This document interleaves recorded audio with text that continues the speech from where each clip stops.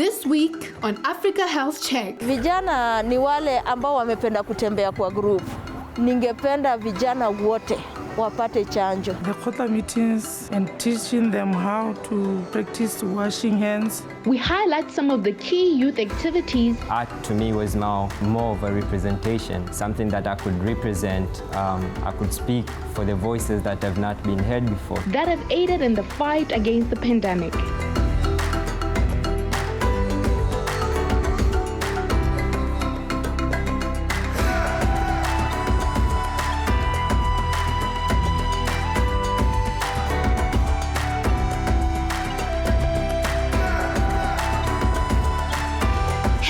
Good day and welcome to Africa Health Check, where we reflect on Africa's response to the COVID-19 pandemic.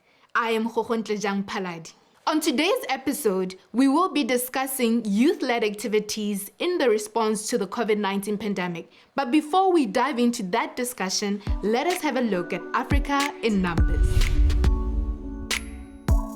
This week in Africa in Numbers, we look at the daily new COVID-19 infection rates on the continent and highlight the top 5 countries reporting the highest 7-day average rates as of the 16th of January 2022. Top of the list is Morocco, reporting over 6,600 infections per day, followed by Tunisia with a daily average of 5,600 infections. South Africa comes third highest with 4,700 daily reported infections, with Zambia and Ethiopia wrapping up the top 5 with about 1,800 reported infections per day. As always, for more on these and more statistics on the COVID-19 pandemic, log on to the official Africa CDC website. And that is our Africa in Numbers for this episode.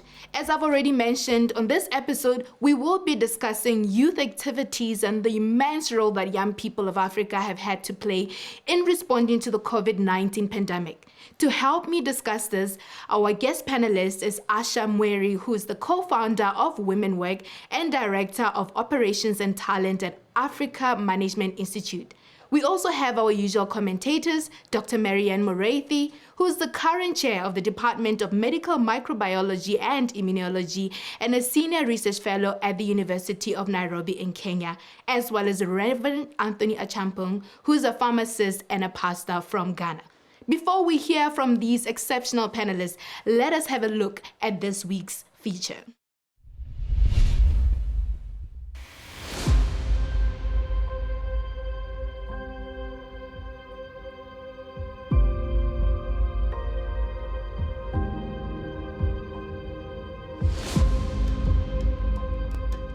My name is Emmanuel Mushi. I am a 28-year-old creative entrepreneur with a unique background in marketing and communications, arts, innovation, and social issues.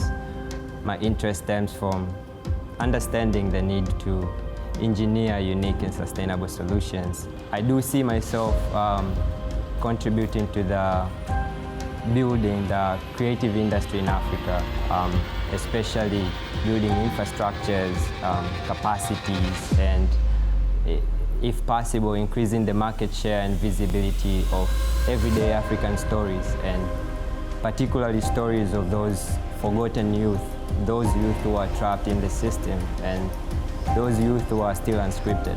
Arts was more than an entertainment. It was more than a form of communication. Art to me was now more of a representation.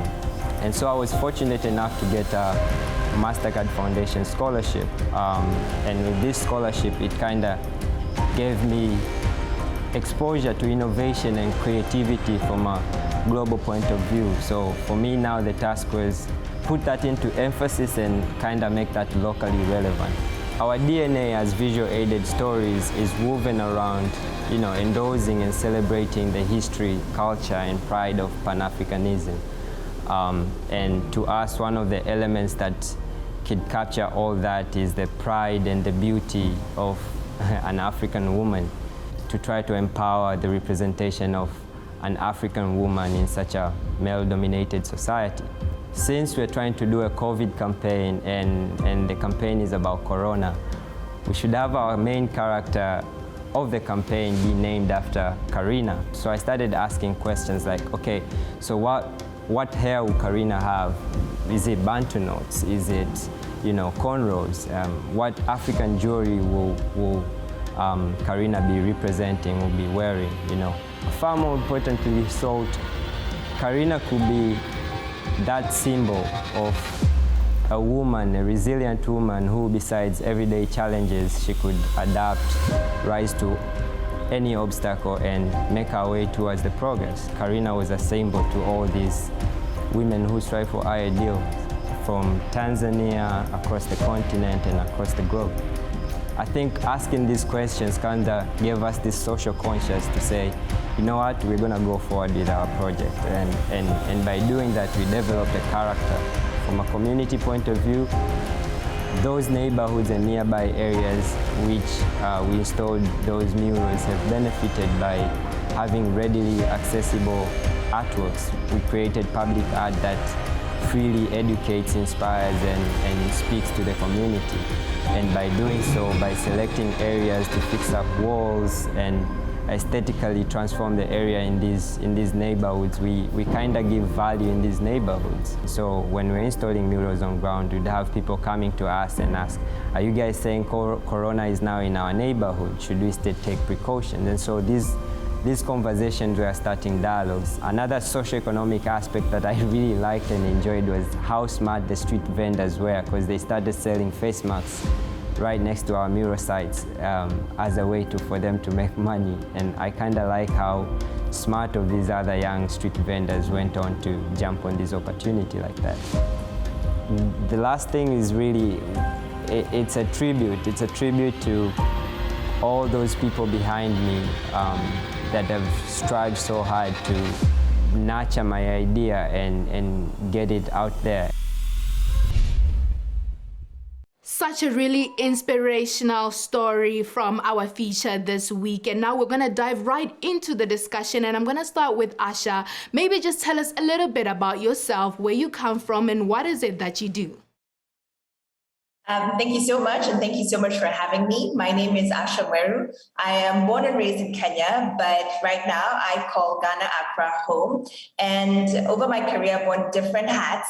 But two things have remained very, very close to my heart and the things that I work on currently.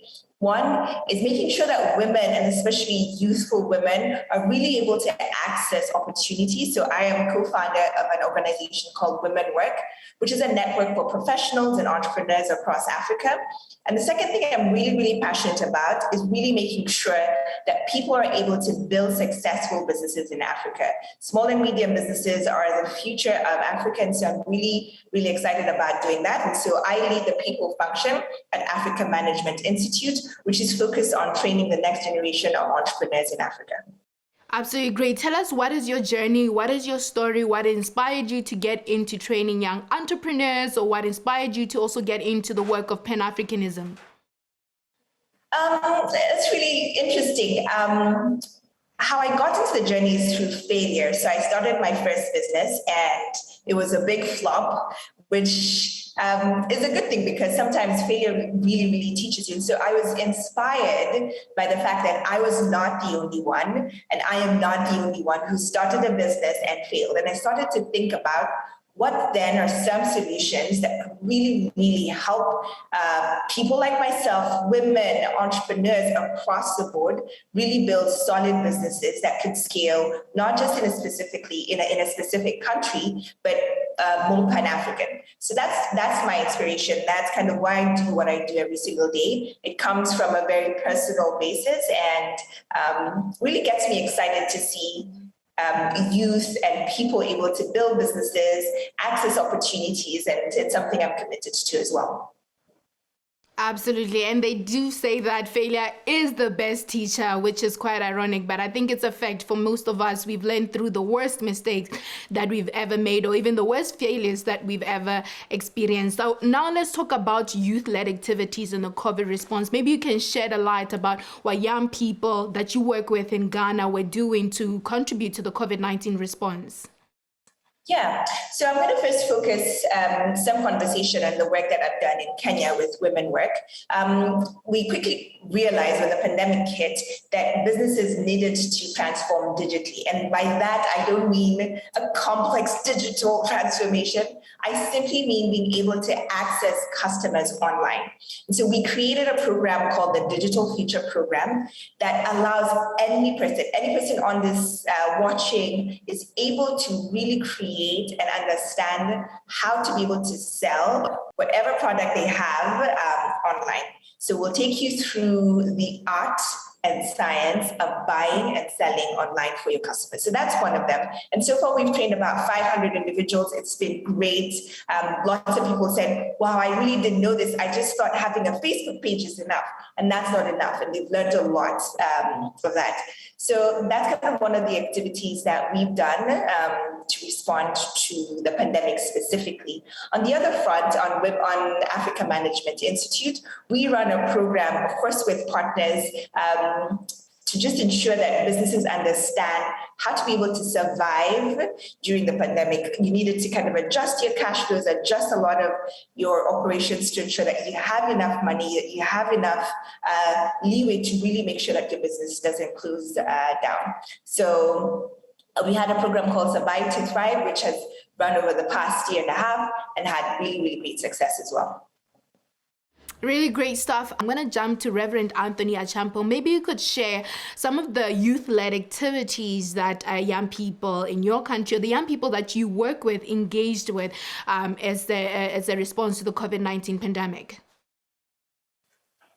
Yes, some of the youth put themselves together to offer education to a lot of people, especially by the use of internet, social media, to debunk and then to fight misinformation and fake news on the internet. Especially the youth health workers collaborated with radio stations and then used the visibility of youth on social media to advise, to educate, to encourage, in order to reduce anxiety, stigma, and the fear about calls. That is one of the areas that these people did. And then also to set up advocacy groups, support systems where people, in fact, some of the youth pulled a lot of resources, money, bought food items, PPEs, and distributed in the rural areas. Of one particular instance, this is a 1 million mask project where these youth bought about 1 million masks and took them to the hinterland, took them to the villages and distributed to people. Of particular mention, which I believe you'll be interested in, is the innovation. There is a particular, I don't know if you are in a vertical bucket, which someone invented. Is an automated system to help with the hand washing, which the banks and many institutions adopted. Kenya and US, they are coming from my University of Science and Technology, they put themselves together to make locally made ventilators for use in health facilities. So these are some of the things that some of our young people put their heads together to contribute to the fight of COVID.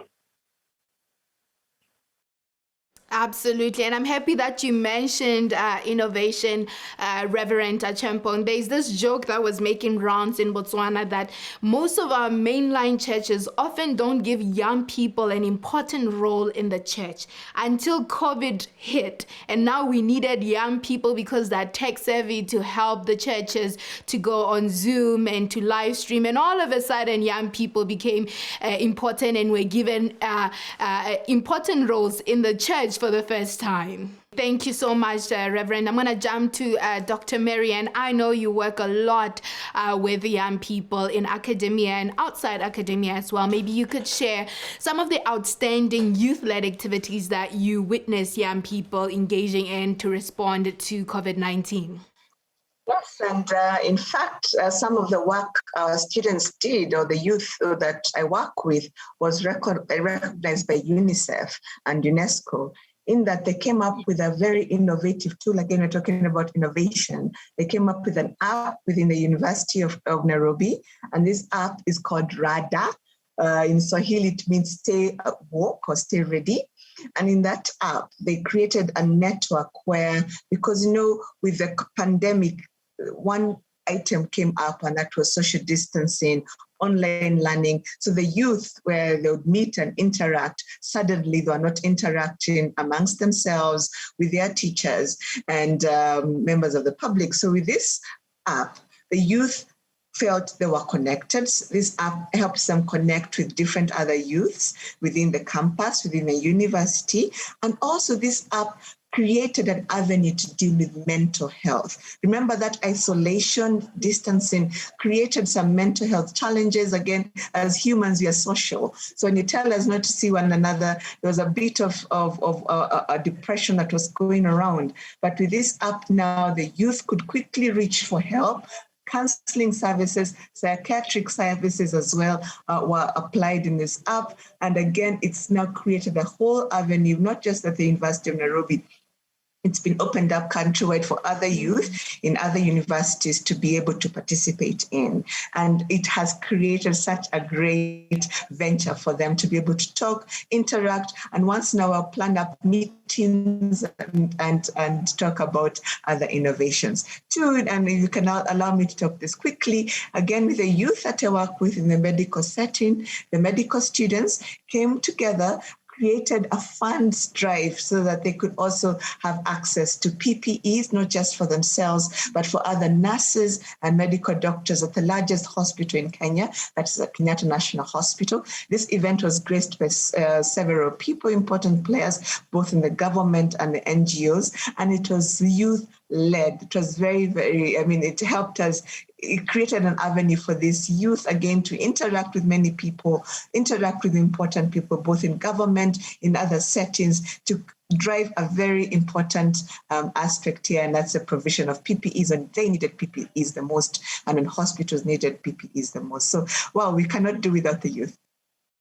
Thank you very much for that, Dr. Marianne, and really wonderful work that the young people continue to be engaged in to respond or help in the response to the COVID-19 pandemic. We're going to continue this conversation on the other side, but for now, let us have a look at the word on the street.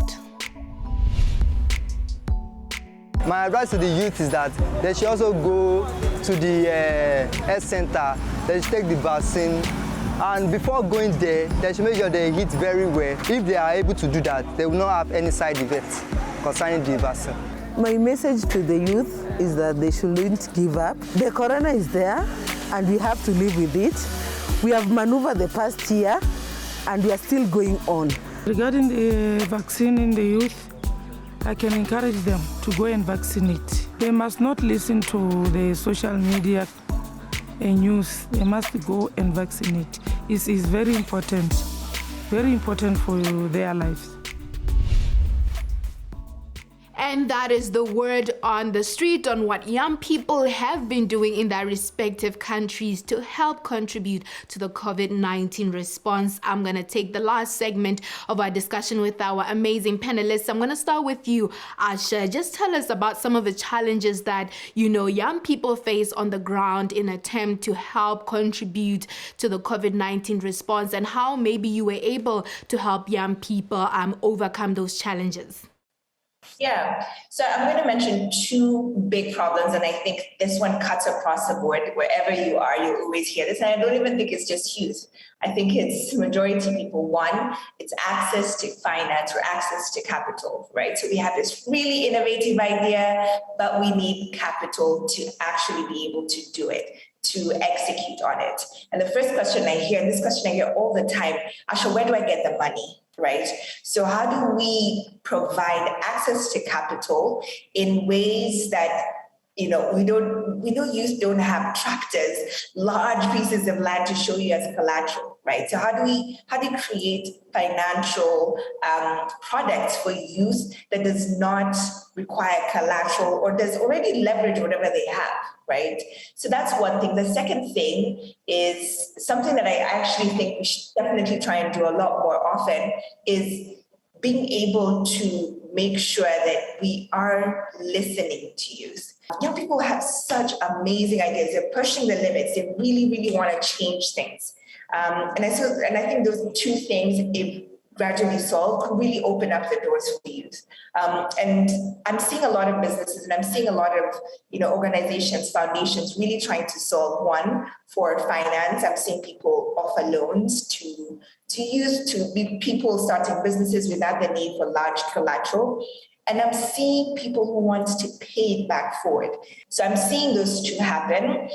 It's gradual, but I don't think all changes must be matter. I think some change can be gradual as long as it's moving in the right direction. Absolutely. Reverend, we have seen young people's skills, expertise, that they're vibrant, they have the energy, and they have proven themselves to be agents of change and development. Why are we still not creating an enabling environment for them to be able to assist in the development of our respective countries, and in this particular context, in responding to the COVID-19 pandemic? Well, what I would say is that there is still sort of a gaping hole, a black hole in the development of national policies for the population, not just in Ghana, but how they live in Africa as a whole. And we are still refusing to believe that the future of Africa is the youth.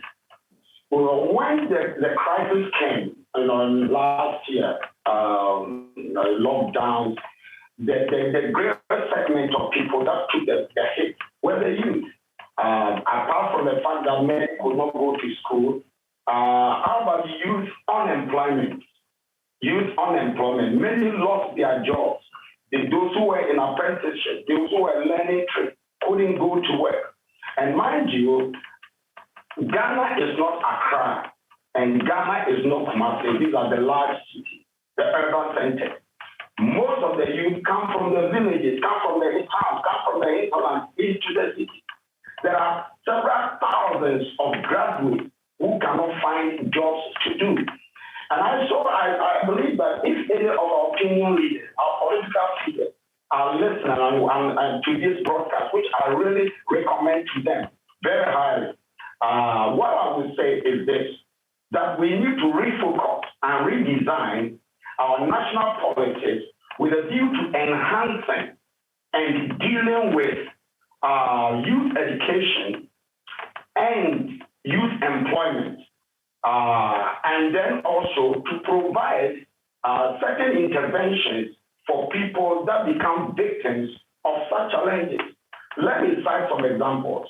During the COVID, there were news about that young ladies were being violated, sexual violence here and there, with this attendant mental health issues, frustration, fear, anxiety, pain, and all this stuff. But as of now, our political leaders and opinion leaders don't seem to have a grip on the fact that we need to put something down, create enabling environment for our young people to be properly educated and to be able to, like Asha said, give them some economic means to be able to set themselves up and prove their method, prove their work.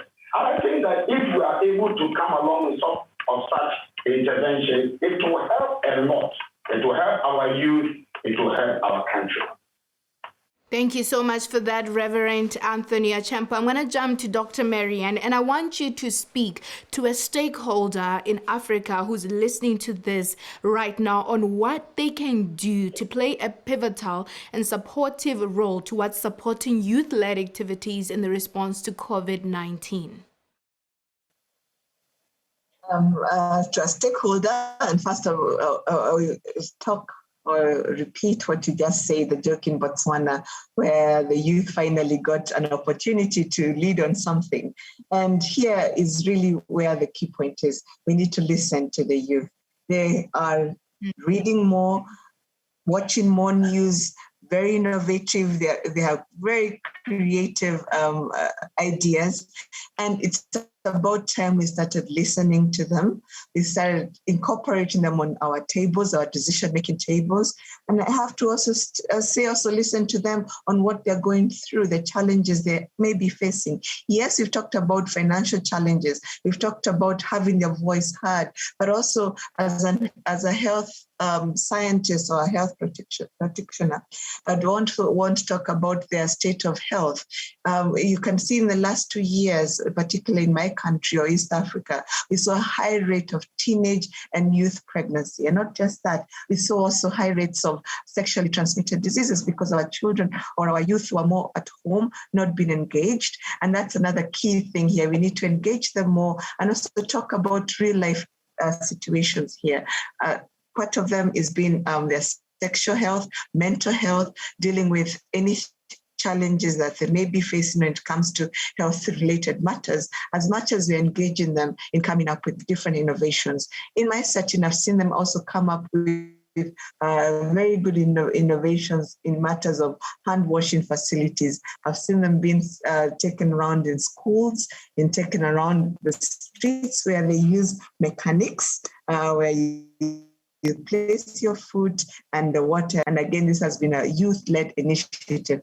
Hence, you're keeping them busy, they're engaged, and you're giving them a foot on the table, which again chases away all these other vices that may bring some challenges, as I mentioned. So again, we need to give them a voice, include them in our activities, and have youth-led initiatives. Absolutely powerful statement to stakeholders on supporting young people. I'm going to now jump to Asha. I want you to speak to a young person in Africa who's been doing so much on the ground to support their communities in responding to the COVID-19 pandemic. And maybe they're being demoralized and discouraged because of lack of support and many other obstacles that you mentioned earlier. What is your message of encouragement to them? There's always this really interesting picture, I'm sure people have seen it, where somebody is digging, right? And just before they reach that big gold mine or is it diamond, they stop and they say, oh, I'm so tired. There's no gold or diamonds down here. And it just needed another, dig. And so what I want to say is that while it's hard sometimes. And I think social media also allows us or makes us post the glamorous side of life. So when you go to social media, you only see people driving flashy cars. They never really tell you about many, many days they got nose, the days that they're west. So I want to just encourage you that whatever you see, whatever really stimulates you, you say, I want to be like that person, remember that they were also digging, right? And the difference is maybe they didn't give up. I think, circumstances could be different, but whatever you see online is the highlight, is the best part of our lives. Yeah. So don't always believe that, right? Your life is as good. So keep doing what you're doing, learn, educate yourself, connect to other people. You'll get there. Absolutely. Thank you so much. I just want to summarize this discussion by hearing just one word from each one of you as your parting shot. One word that you think summarizes the youth-led activities that young people have been undertaking to contribute to the COVID-19 response for the last, almost 2 years now of COVID-19. So just one word, not a sentence, just one word that you believe summarizes the young people's role in Africa in responding to COVID-19. I'm going to start with the Reverend Anthony Achampong. Your one word? Resilient. Resilient, love that. Dr. Marianne? The future. And Asha, your one word? My word is limitless. Limitless. I love that. Limitless, resilient, and future. Thank you so much, Asha, Dr. Marianne, as well as Reverend Anthony Achampong, as usual, for a really fruitful and enriching conversation. I certainly hope that a stakeholder, a young person in Africa, has been motivated and inspired by your sentiment today. We have come to the end of this episode. And remember to keep in touch and connect with Africa Health Check on all our social media platforms. Until we meet again, same time, same place. Remember that the future is Africa, the future is today.